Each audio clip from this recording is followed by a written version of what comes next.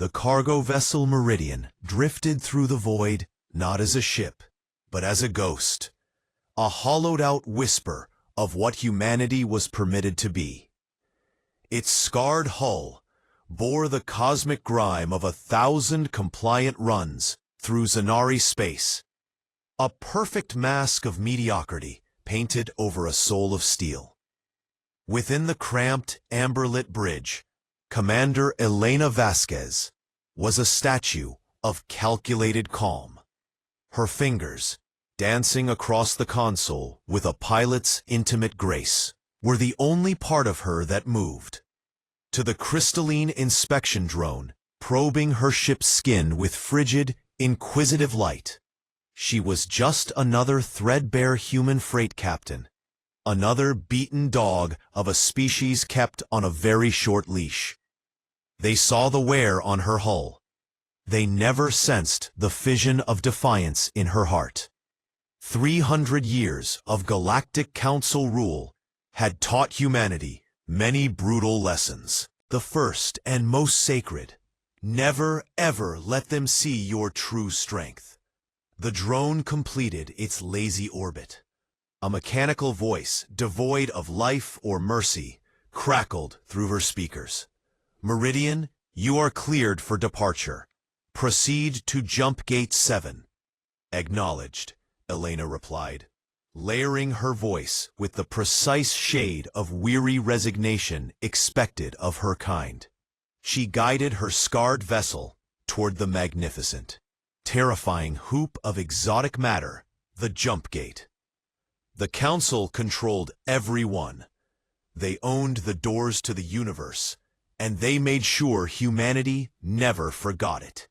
As the Meridian plunged into the shimmering fracture of faster-than-light travel, Elena allowed the mask to slip.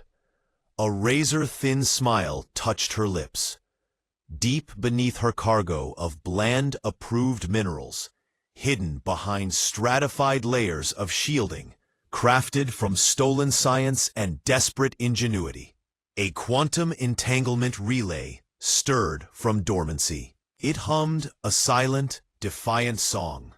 In that instant, across a chasm of space, the Council believed impassable and unmonitored, data sparked into existence. It traveled 700 light-years to a place that did not, according to all galactic charts, exist. The Tartarus Cluster, a graveyard of dead stars, marked uninhabitable and forgotten. There, the data streamed into the heart of an asteroid that was not an asteroid. Inside this cathedral of hidden stone, Lieutenant Marcus Chen watched the intelligence bloom on his screen. Fleet movements, tactical deployments, a silent scream of imminent aggression, intercepted by Elena's quiet courage. "Sir," Marcus breathed, his voice tight, "you need to see this." Admiral James Okonkwo crossed the operations center in 3 long, grim strides. He was a monument of a man, his dark skin a living map of history, etched with the scars of Earth's last rebellion 50 years prior, a rebellion that had been crushed into blood and dust beneath the Council's superior firepower. That failure had taught humanity its second great lesson: never fight a battle you cannot win. So, they had stopped fighting and started building. The crushed Dominion is moving fleet assets toward New Cievo, Marcus reported, the words ash in his mouth. 3 battle groups, maybe more. New Cievo, one of humanity's 12 permitted colonies, home to 30 million souls. A prize the insectoid crush had salivated over for decades, claiming its resources were wasted on primitives. Okonkwo's jaw hardened to iron. "How long?" 72 hours, sir." The Admiral turned, not to his officers, but to the massive viewport that showed only the infinite black and the indifferent pinpricks of distant suns. But he wasn't looking at the stars. He was looking at the darkness between them, at the 3 shapes that hung there in perfect, silent formation. They were not ships, they were presences. Each was the size of a small moon. Celestial bodies, stolen and reshaped by 2 centuries of silent, sacred labor. They did not reflect light. They consumed it, carving perfect holes of nothingness in the starfield. Prometheus, Defiance, Reckoning, the Titans. They were the crown jewels of a lie that had spanned generations. While humanity bowed and scraped in council space, generation ships had slipped into the night, carrying millions to the galactic fringe.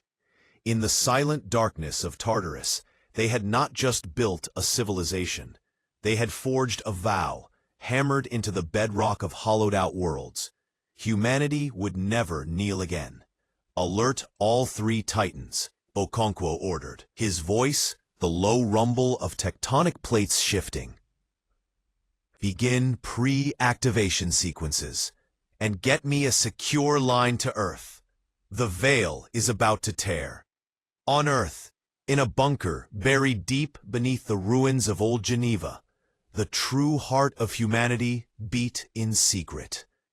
The Emergency Council watched Okonkwo's report in a silence so profound it was itself a sound. President Sarah Chen, her face illuminated by the holographic doom over New Sievo, felt the weight of 30 million lives pressed down on her shoulders. "We can't abandon them," she whispered, the words a prayer and a pain. "We won't," growled General Thomas Yates, his uniform heavy with the medals of a military that was merely a facade. "But if we reveal the Titans now, we lose the element of surprise. We show our only hand." Dr. Amara Okafor, the architect of the Titans, spoke with the cold clarity of a scientist staring at a critical equation. "The Crush are testing us. They want to see if the dog still has teeth. If we do nothing, the Council believes us broken. If we reveal everything, we are merely precocious and doomed." Sarah's gaze swept the room, this pantheon of ghosts who governed a species pretending to be dead. "What is your recommendation, General?" Yates leaned forward, his eyes reflecting the tactical displays. "We send the conventional fleet. Every ship they know we have. We let the galaxy watch us throw our pathetic official might at the Crush in a desperate, suicidal defense. Let them believe it is our final, feeble gasp." "They'll be slaughtered," Sarah said, her throat tight. "Perhaps," Yates conceded. "But Admiral Chen is cunning. She will make the Crush pay for every kilometer in blood. And while their compound eyes are fixed on our last stand, the Titans move into position." Sarah turned to Okafor. "How long?" The scientist summoned a star chart. 6 months, using the experimental fold drives. "We've never tested them at full power. The risk is monumental. But they will travel unseen. A ghost army, moving through the folds of reality itself." The decision hung in the air, thicker than the bunker's atmosphere. Sarah Chen stood, drawing the weight of history onto her own frame. "Do it. Alert Admiral Chen to prepare the fleet. And Admiral Okonkwo, begin the Titan deployment." She paused, her voice softening only for him, a man she had sent into the dark years ago. "James, you understand? Once we start this clock, there is no unwinding it. We are committing to a war with the entire Galactic Council." Through the quantum link, Okonkwo's voice returned, steady as a bedrock. "Madam President, we committed to this war 200 years ago, when our ancestors decided they would rather die on their feet than live on their knees. We are just finally strong enough to pull the trigger." Back on the Meridian, Elena Vasquez completed another mind-numbing supply run, her performance a masterpiece of mundane despair. She complained about fuel tariffs and docking fees with the authentic bitterness of a small business owner being strangled by bureaucracy. But behind her eyes, a different mind worked. Coded orders had arrived, the kind she had trained for in silent, sweat-drenched facilities, the kind she had prayed would never come. Her mission? Penetrate a Zanari surveillance station. Plant a virus. Become the blade in the dark. 3 days later, she floated in the absolute silence beside the Zanari outpost, a jewel-like structure of glowing crystal growing from an asteroid. Encased in an advanced stealth suit, she was a fragment of moving shadow, invisible to their sensors. Her tools were needles designed to splice into alien neurocrystalline networks. For hours, she worked, a surgeon in a hostile body. The Zanari systems were symphonies of light and quantum logic, beautiful and alien. But Elena was patient, her human mind finding the discordant note in the harmony, the single flaw in the crystal lattice.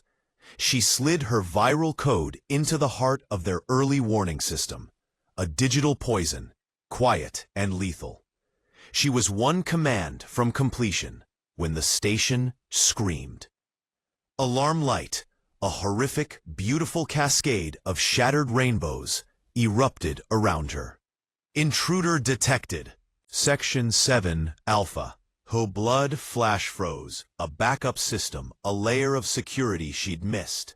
Her stealth suit flickered, its power cell draining with frantic haste. In the reflection on her visor, she saw herself, not a spy, but a firefly about to be crushed. She made her choice. Her fingers flew. The virus activated now, a kamikaze command. Every stolen byte of data screamed back toward the Meridian on a one-time, tight beam shriek. Then she ran. Space is not kind to runners. Her hidden shuttle was a lifetime away. She moved like a darting minnow, the station's crystalline spines reaching for her. She almost made it. Almost. The energy blast was not hot, but profoundly, soul-deeply cold. It struck her shoulder, and agony, white and absolute, exploded through her nervous system. Her suit died completely, painting her in the stark, revealing light of the station. She tumbled, a broken doll, into the arms of 2 Zanari guards. They held her with grips of solid light. Before her, the Zanari captain approached. Its body was a masterpiece of geometric perfection, refracting the alarm lights into a prison of terrible beauty. It spoke, its voice translated by her implant into a chilling, harmonic melody. How primitive, it chimed. Did your simple, carbon-based mind truly believe your deceptions would work against us? Elena said nothing. She had been trained for this. Torture was a curriculum. Betrayal was the only failure. As they dragged her away, she caught a final glimpse through a viewport. The Zanari fleet was gathering. Not just ships, but an armada. Hundreds of crystalline vessels, glittering like a lethal glacier, preparing for a war she now realized was already beginning.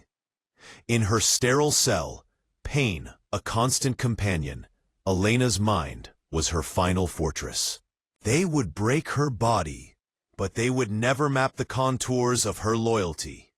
With the last of her strength, she activated the final hidden implant at the base of her skull, a quantum communicator, a single bullet of thought. It fired her last message into the void, a beacon of defiance. Major fleet movement. Zanari preparing for war. My position compromised.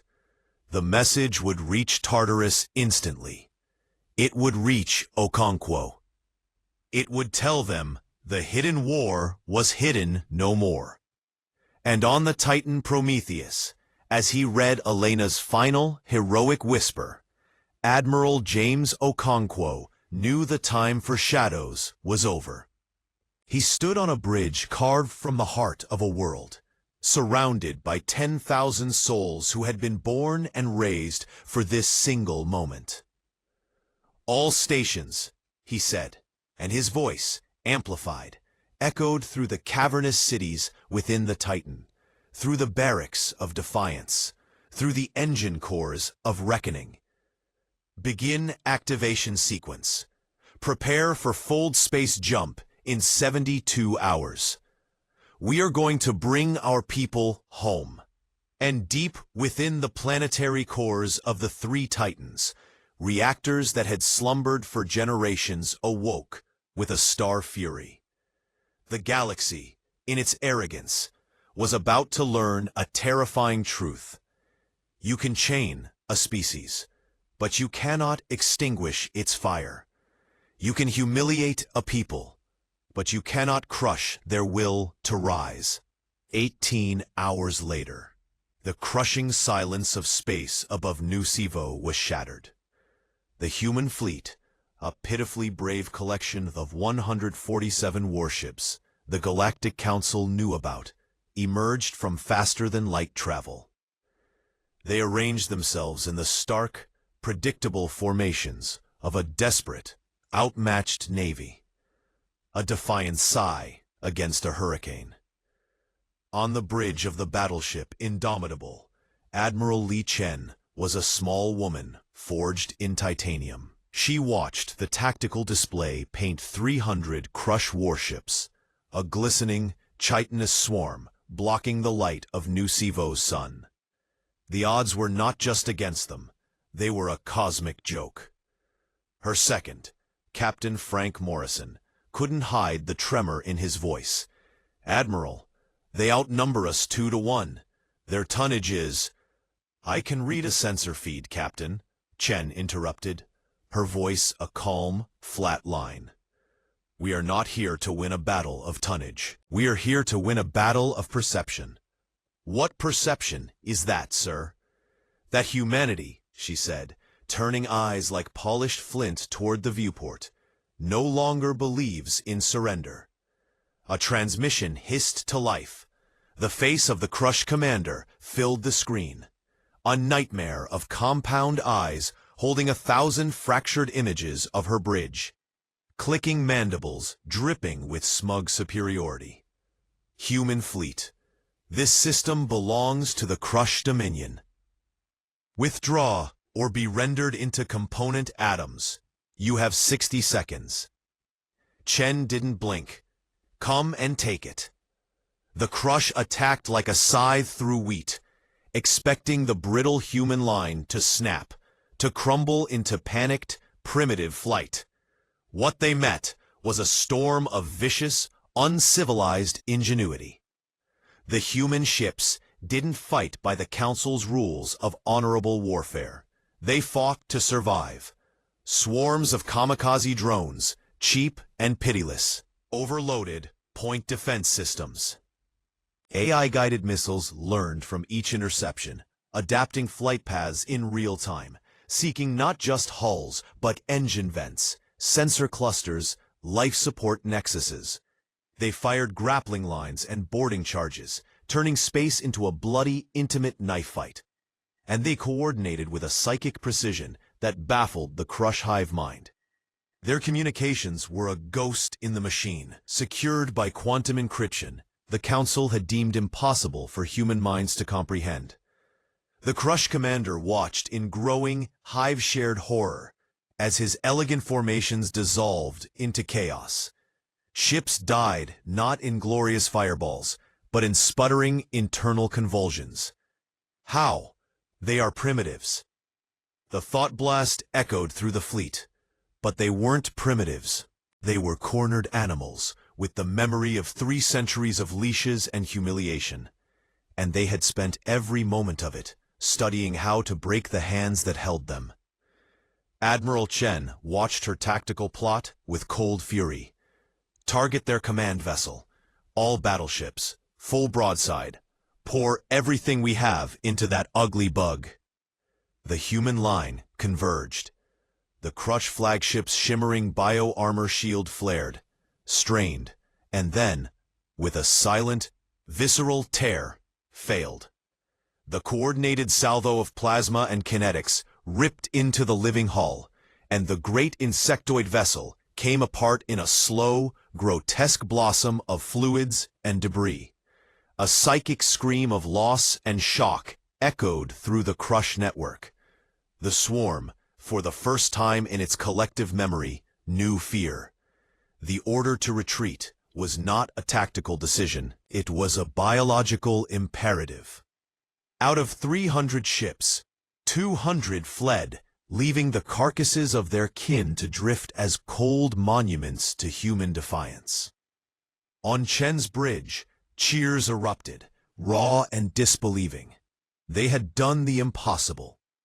Chen let them have their moment, a single sharp breath of triumph, before her voice cut through the noise. Damage report. 47 ships lost, Admiral. The rest, operational but bleeding. It was a catastrophic, beautiful victory. They had saved New Sivo. For now. But as Chen looked at the exhausted, jubilant faces of her crew, she carried the cold, secret truth. This was a feint. A magnificent, bloody sacrifice play. The real move was happening 700 light-years away, in the silent dark.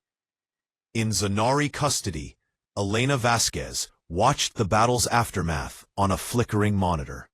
Her body, a tapestry of pain. Her spirit, unbroken. The Zanari officer stood beside her, its crystalline form humming with displeasure. Your fleet has won a skirmish, it harmonized. A final, spastic twitch. The Council is assembling an armada. 700 warships. They will scour your species from the galaxy like a stain.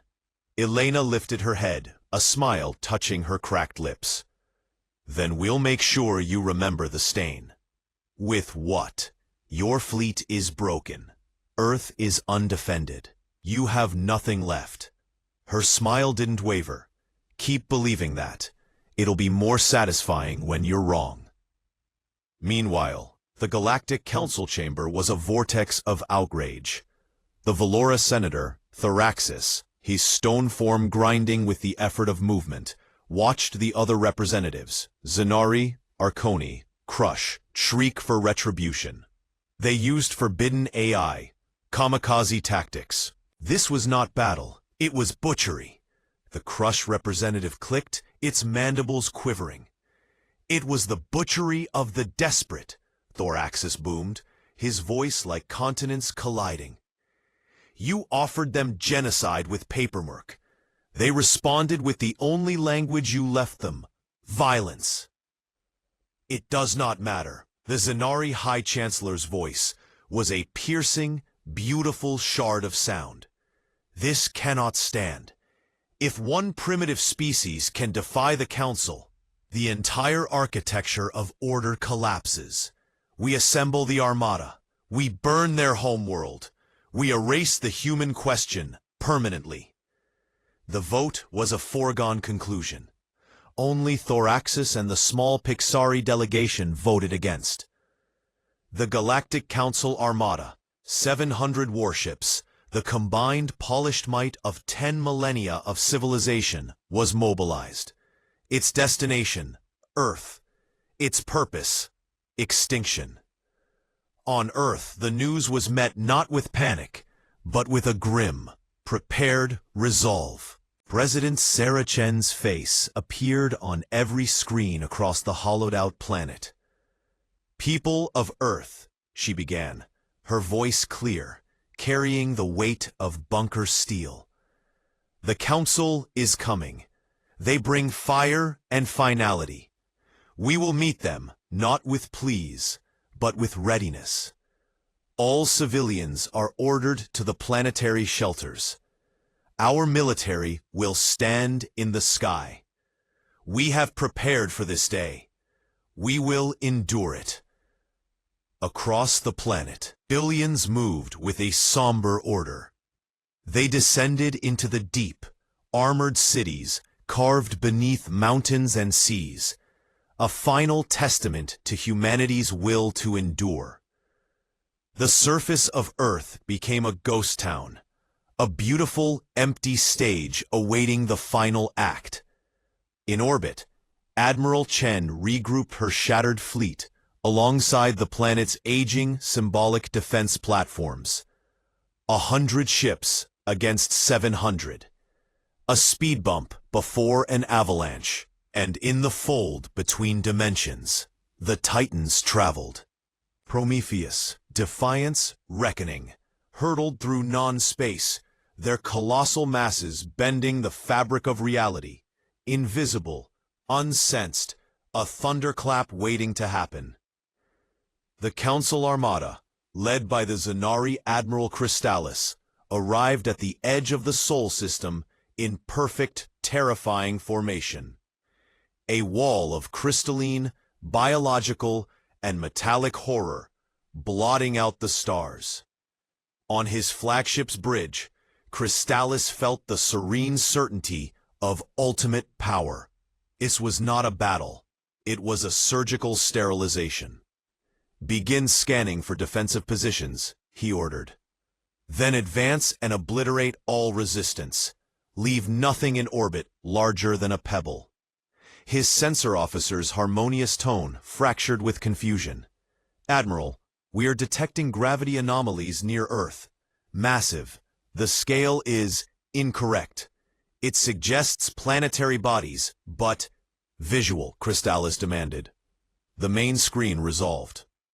And there, hanging beside Earth's moon, like newfound siblings, were 3 impossible spheres. Mountains turned to weapons. Worlds reshaped by a defiant hand. Crystallis's crystalline body flickered, his internal light scattering in discordant patterns. What are those? Before his command crew could formulate a lie, a transmission blared on all frequencies, loud, clear, and utterly human. Admiral James Okonkwo's face filled the screen, his gaze unwavering.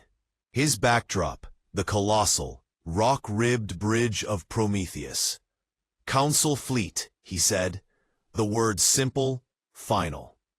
"You came to our home to commit genocide. You thought humanity was weak, broken. You were wrong." He paused, letting the image of the Titans, silent and immense, speak for him. "For 300 years, you kept us on a leash. You limited us, controlled us, patronized us. So we did what humans do in the dark. We adapted, we prepared. We built." His eyes hardened into weapons. "These are the Titans, our answer to your oppression, our refusal to kneel. You wanted to exterminate us? Then come. Let us show you what happens when you push a species to the edge, and they decide to push back." The transmission died. In the ringing silence that followed, the 3 Titans moved. Their gravity drives engaged, not with fire, but with a profound bending of space itself. Stars stretched into smears of light around them.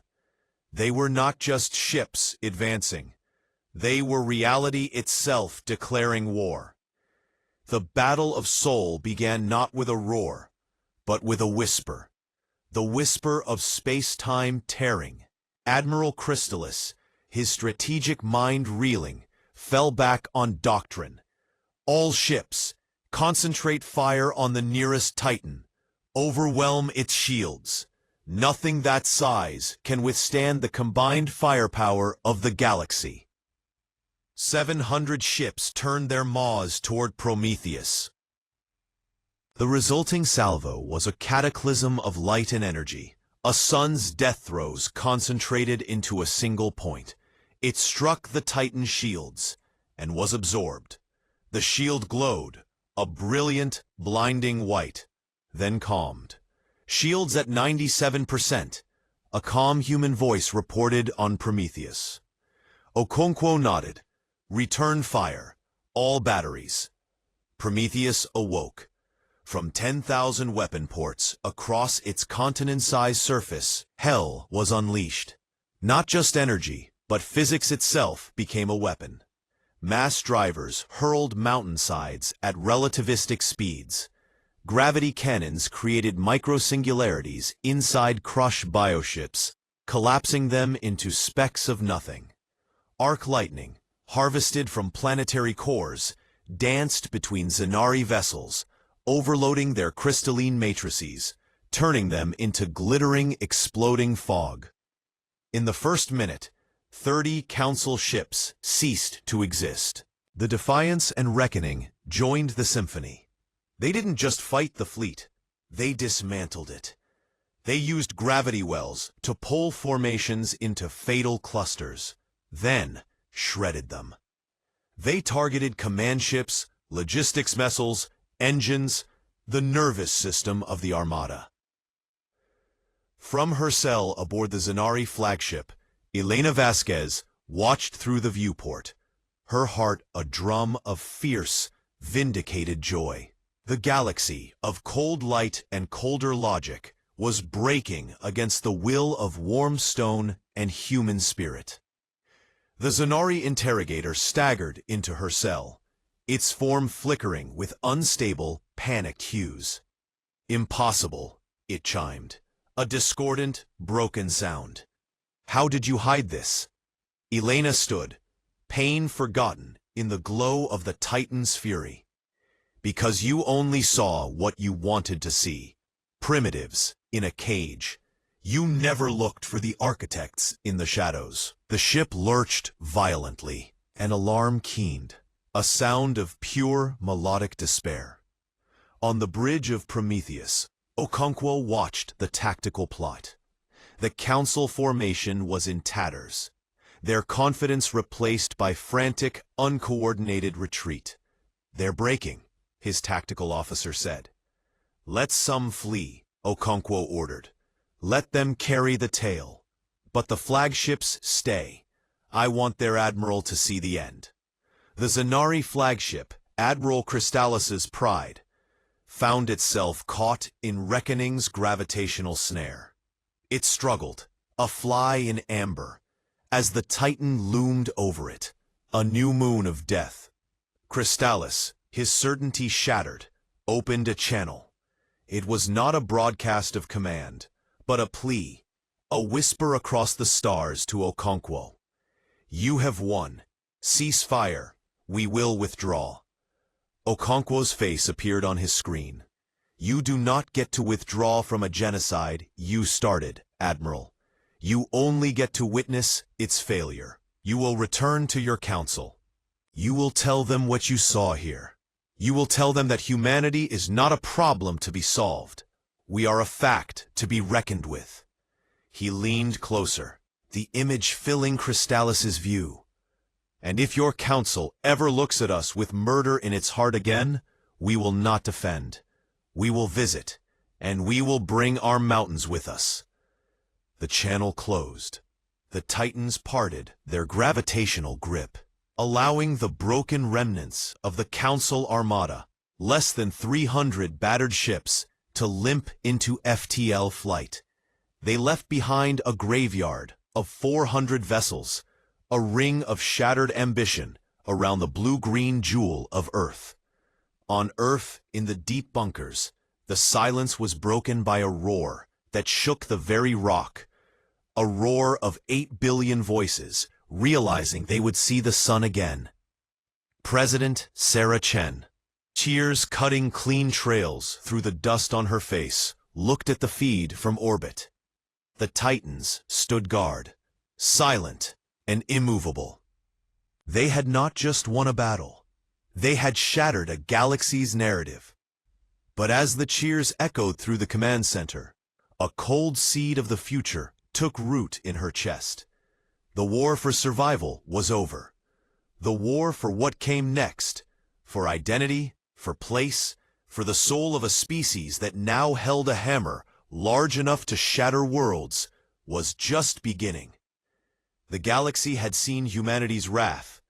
Now they would have to learn if humanity possessed something rarer and far more powerful: wisdom. The silence in the Galactic Council chamber was not peaceful.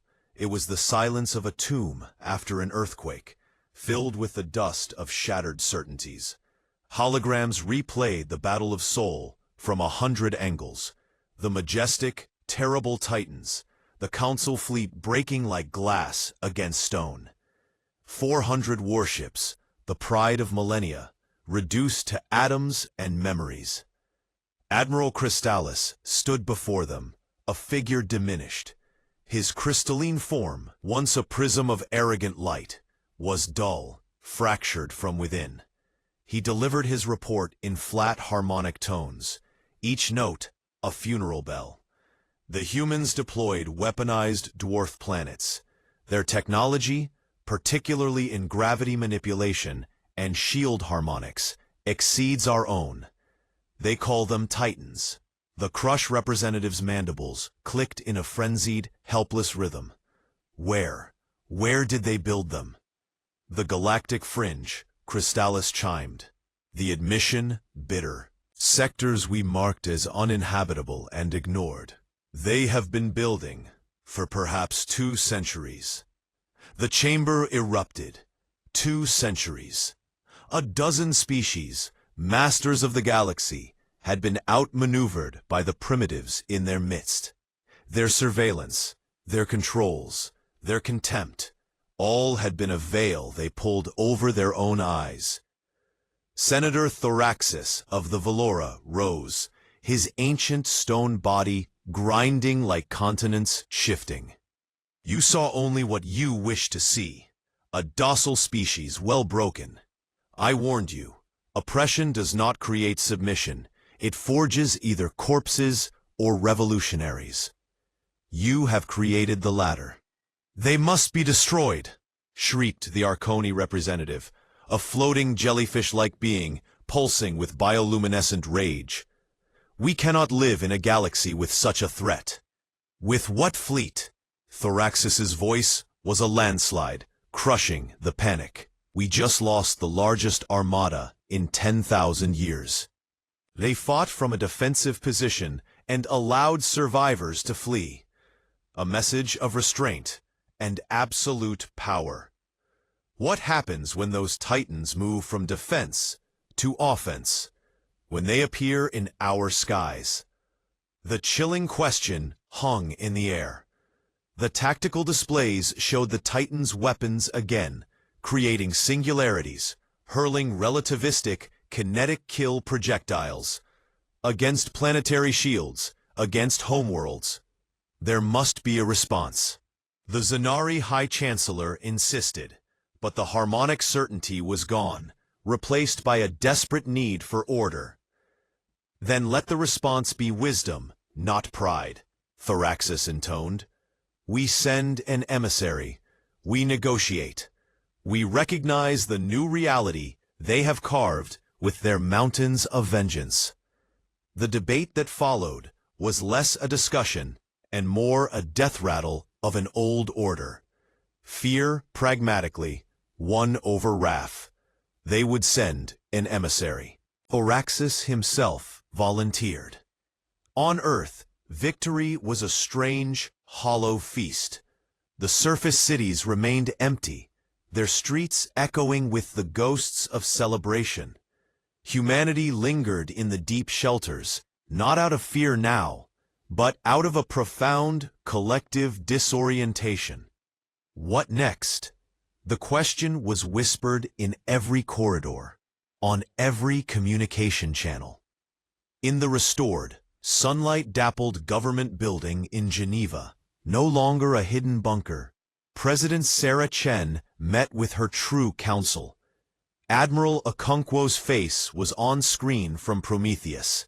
Elena Vasquez, healed but forever marked, sat at the table, her uniform bearing new, somber commendations. Senator Thoraxis requests permission to land, an aide announced, to negotiate. Sarah nodded. Grant it, but here, on our soil, under our sky, and in the shadow of our titans. 3 days later, the ancient Valora senator descended. As his shuttle passed the immensity of Prometheus, he felt a tremor that had nothing to do with engines. It was the tremor of history pivoting. The Titan was not just a weapon. It was a monument to patience, to secret endurance, to a kind of stubborn hope he had thought extinct in the young, loud species of the galaxy. The meeting in Geneva was stark, devoid of ceremony. Sarah came straight to the point.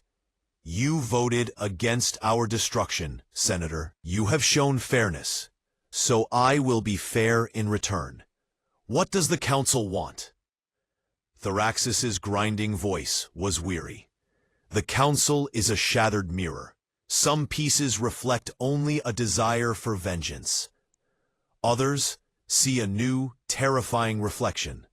I come offering a third path.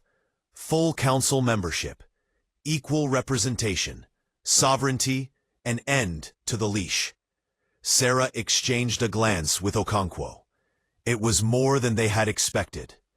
And the Crush labor camps? The 3 centuries of technological suppression? The reparations for attempted genocide? Thoraxis was silent for a long moment. The Council will never agree to reparations. It would be an admission of criminality. Okonkwo leaned forward, his image on the screen dominating the room. Then they will agree to war. And next time, the Titans will not wait in orbit.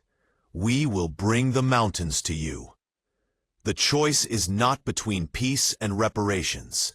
It is between peace and oblivion. The threat hung in the air, naked and real. It was not bluster. It was a simple statement of capability. Thoraxis studied them. The resolute president, the hardened admiral, the spy who had endured torture without breaking. You have changed, he observed. 3 centuries ago, your emissaries spoke of discovery, of poetry, of shared wonder. Now you speak only of strength. You taught us the vocabulary, Sarah replied, her voice sharp. For 300 years, the only word the galaxy respected was power. We have learned to speak it fluently. Now you must decide. Do you want to converse, or do you want to continue the monologue of our extinction? It was Elena who spoke next, her voice quiet, but carrying the weight of her ordeal. We never wanted to conquer. We wanted to breathe. You forced us to build fists just to keep our lungs from being crushed. We offer an open hand now. But know this, the fist remains. It will always remain.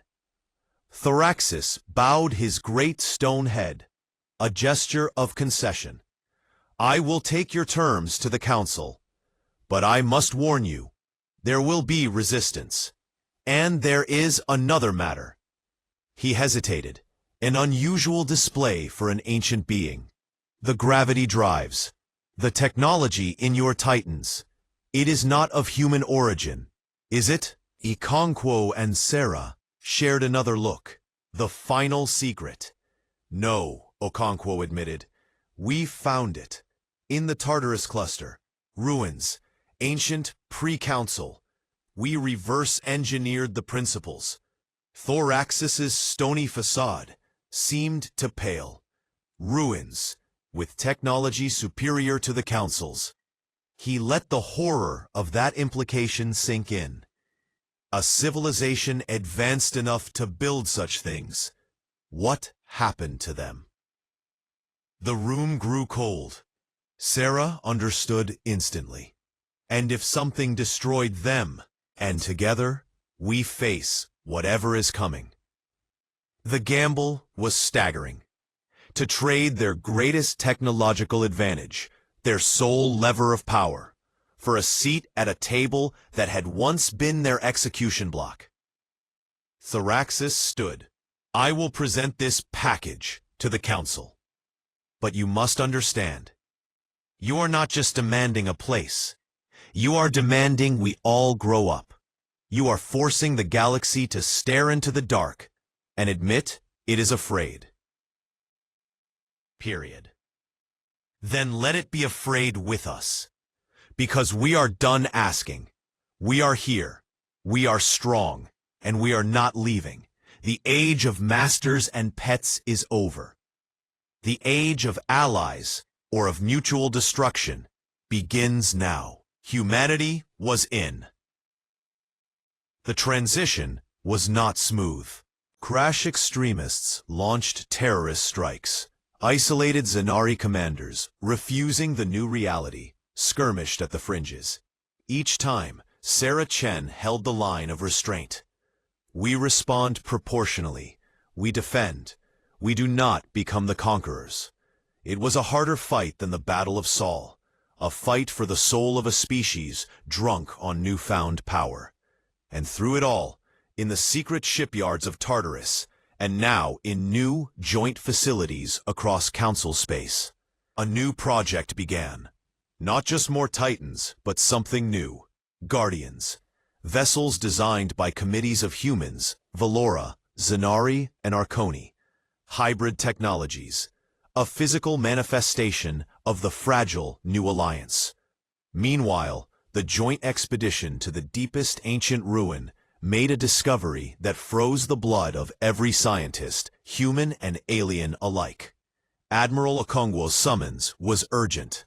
Sarah traveled to Tartarus. In a vast hangar, carved inside a dead star, she stood before a section of hull plating from an ancient vessel. It was miles long, its alloys still humming with a faint, impossible energy after eons. Dr. Amara Okafor's face was lit by the eerie glow. We accessed a surviving memory core. It's fragmented, but, Sarah, they didn't just leave technology. They left a battle plan. A strategy for fighting the darkness between stars. They knew they were losing. So they spent their final centuries not on monuments, but on a manual for the species that would come after. She pulled up a hologram. It showed a star chart, with a predicted path of destruction cutting from the intergalactic void toward the galactic core. A path that would slam directly through Council and human space. "How long?" Sarah asked, her voice small in the cavernous space. 15 years, Okafor said, give or take. The calculations are consistent across multiple fragments. 15 years. To prepare for an enemy that had scoured away a civilization that made the Titans look like toys. That night, Sarah addressed the entire galaxy. Her speech was not one of a victorious rebel, but of a weary leader, staring into a long night. She showed them the ancient star chart. She spoke of the darkness. She did not hide the scale of the threat. We have a choice, she told the trillions watching. We can cling to our old borders, our old hatreds, and die in the dark, divided. Or we can do what the ancients in their final wisdom hoped we would. We can stand together. She announced the Guardian Project, the full, unconditional sharing of all ancient and Titan technology. A unified galactic defense command. The Titans were built by humans, in secret, to win our freedom, she concluded, the image of Prometheus looming behind her. The Guardians will be built by all of us, in the open. To win our future, the darkness thinks it is coming for a galaxy of squabbling children. It will be wrong. It will find us armed. It will find us united, and it will find us ready. The response was not instant unity. It was grudging, fearful, pragmatic cooperation. But it was cooperation. Shipyards that once built vessels to intimidate neighbors now constructed shield generators for them. Scientists who had dedicated their lives to crafting better plasma bolts now worked on shared sensor arrays to pierce the intergalactic void. On Prometheus, Okonkwo and Elena walked an observation deck, looking at the skeletal frames of the first Guardians taking shape in the nearby shipyard. Their designs a bizarre, beautiful fusion of crystalline, organic, and human steel. "Do you think it's enough?" Elena asked, her hand touching the transparasteel, as if she could feel the construction vibrations.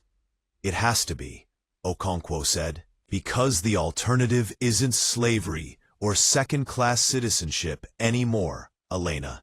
The alternative is nothing. No humans, no Valora, no Zenari, just dark and cold." He turned to her. "We fought for the right to have a future. Now we have to earn one." Back on Earth, Sarah Chen stood in her office, the weight of the 15-year clock pressing on her. Reports flowed in. Breakthrough in ancient shield scaling. A Zenari proposal for crystalline FTL comms that could link the front lines. A Valora analysis of the darkness's potential energy signatures. It was working. The galaxy was knitting itself together, stitch by painful stitch, into a single, desperate shield. Her aide entered. "The final draft of the Unified Defense Charter, Madam President. All Council species have signed." Sarah took the pad.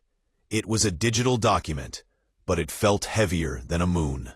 She scrolled to the final line, where her signature would go alongside those of the Zenari High Chancellor, the Crush Hivemind Emissary, Senator Thoraxis. Names that had been synonyms for oppression were now co-signatories to a pact of mutual survival. She picked up the stylus. For a moment, she was back in the Geneva bunker, staring at the hologram of the Council Armada, feeling the despair of 8 billion souls in her hands. That woman had fought for the right to say no. This woman had to learn how to say yes. Yes to cooperation. Yes to trust. Yes to a shared, terrifying destiny. She signed. Sarah Chen, President of Earth, Steward of Humanity. It was done. The war was over. The longer, harder work of peace and preparation for a war beyond all wars had begun. She walked to the window. Against the backdrop of stars, she could see the faint, steady glint of Prometheus, humanity's defiant fist, now just one part of a galaxy's opening hand. The Titans had been a promise of vengeance kept. The Guardians would be a promise to the future, made together. The darkness between the stars was coming. But for the first time in the history of the galaxy, the light was not scattered, fearful, and alone. It was gathering. It was fortifying. It was waiting. Humanity had won its freedom. Now, with the galaxy they had once fought, they would fight for something greater, a tomorrow.